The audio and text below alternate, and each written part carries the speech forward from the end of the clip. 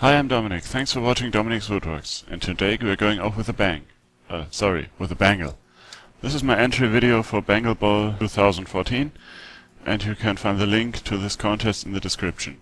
The deadline is October 22nd, so I'm cutting it pretty close already. And I start with resawing a piece of walnut. I need 6 stripes of those, at least according to my calculations. And just in case you didn't notice, I'm going for the non-turned version of a bangle. My bandsaw didn't really like walnut, but it didn't like cherry either, so that's okay. I'm making 3 slices of the same thickness from this block of cherry. From the bandsaw I take the slices over to my thickness sander jig on the drill press, and I'm sanding them in such a way that the cherry slices get 2 smooth faces and the walnut slices 1 each, in order to facilitate a good glue up. I'll have to sand the outside of the bangle separately anyway. Here I'm making 3 sandwiches, walnut, cherry, walnut each, and of course I make sure to get enough glue in there, because the pieces I'm going to cut from them will be slightly smaller. Thus I don't want to risk a glue staff joint. I put layers of paper between the sandwiches so I can glue them up in one go, and I put 2 flat pieces of scrap on both sides to act as cowl and to distribute the pressure from the clamps. As you can see, the walnut slices are slightly longer than the cherry, and I take care only to clamp where the cherry is between the sandwiches, so I don't get any ill effects from bending them out of shape. Once the glue has set, I remove the clamps, the cowls and the pieces of paper, and put the templates on the 3 sandwiches using spray adhesive. Over at the bandsaw I first put in my zero clearance table, which is a piece of particle board fed into the blade and clamped to my bandsaw table, and then I start cutting out the shapes along the lines of the template. As I cut the single pieces, I already put them together to the final shape of the bangle blank. Of course, the angles didn't quite match. Still, I'm gluing the thing together using CA glue. And with the last piece, I just had to correct for the mismatched angles. I put it in the space where it's supposed to go, marked a line with a pencil, took it through the bandsaw, and voila. Just in case you're wondering why my hands are so big, I'm making this one for my daughter. I'm holding the blank with a clamp while I cut out the center hole with a hole saw, and I remember just in time to put a sacrificial board underneath so I don't put a hole in my drill press table, or rather the hole saw. After I marked the largest possible circle on the outside of the bangle blank, I took it to the bandsaw to cut it out.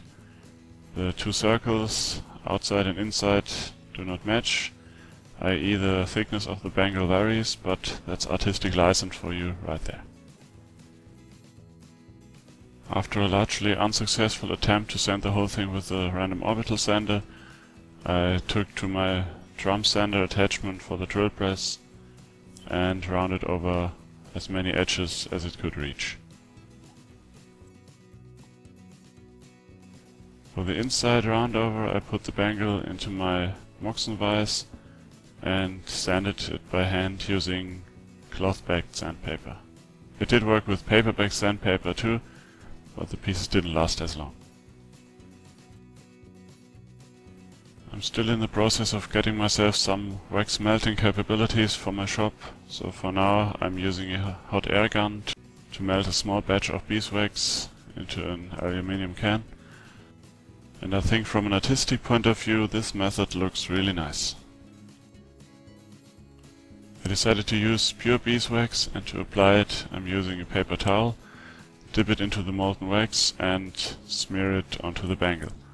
Yes, it doesn't look pretty, and might have achieved better results with dipping the thing into the molten stuff, but that just wasn't feasible with this setup.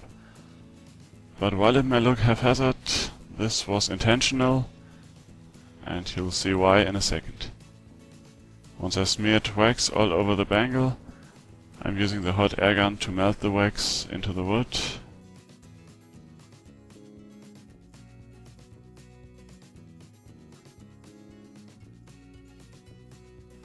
And use another paper towel to wipe off the excess.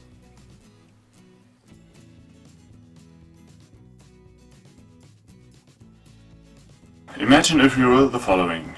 A YouTube content creator, yours truly, has made a bangle and wants to do this.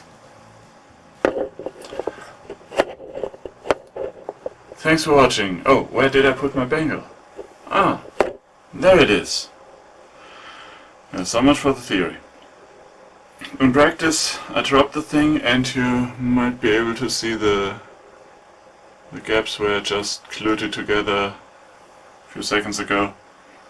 So I don't know how well this will hold up, but I can always make another. I like how this one turned out, except for the breaking, yes, but it's a start. I think for a larger one that fits this thing, I'd go at least twice as thick to give the glue a little more surface to hold on to. But I think it's well, for a first bangle I'm satisfied with it. I'd like to thank Zach Higgins and Carl Toth for hosting or proposing this competition, or well, it's this opportunity for making sawdust. Check out all the other entries, please leave a comment in the description. Anything you have to say about this video is much appreciated. Subscribe to my channel if you haven't already, like this video if you actually do, and thanks for watching. Oh, and remember to be inspired.